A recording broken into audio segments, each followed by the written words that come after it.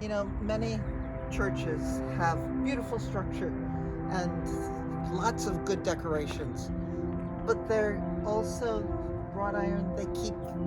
They're ways that keep people out. They're walls and boundaries around things. And sometimes we see those and ways to lock people out, keep them out, or keep the others in, depending upon how it's used. And, brick, solid, wonderful looks, but what are we building? A fortress around? What are we building? We say sometimes God is our fortress. That's great.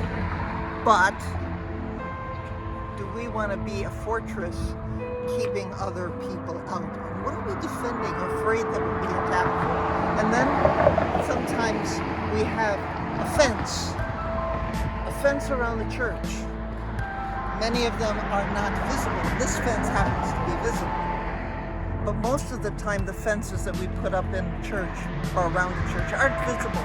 They're the policies, the beliefs we have that keep others out.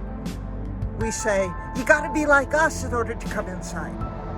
You got to believe exactly the way I believe. Otherwise, you're not welcome. Otherwise, you're not good enough for God in our book, or think that God only likes people the way we feel and what we do.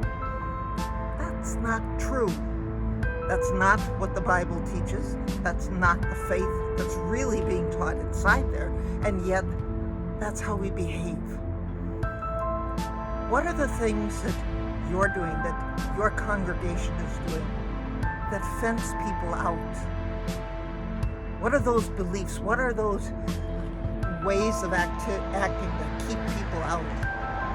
By the same token, you're keeping your members in, fencing them out from the rest of the world so that they don't get touched.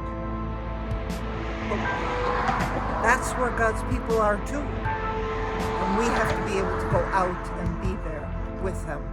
So who are you fencing out and why? And who are you keeping in and why?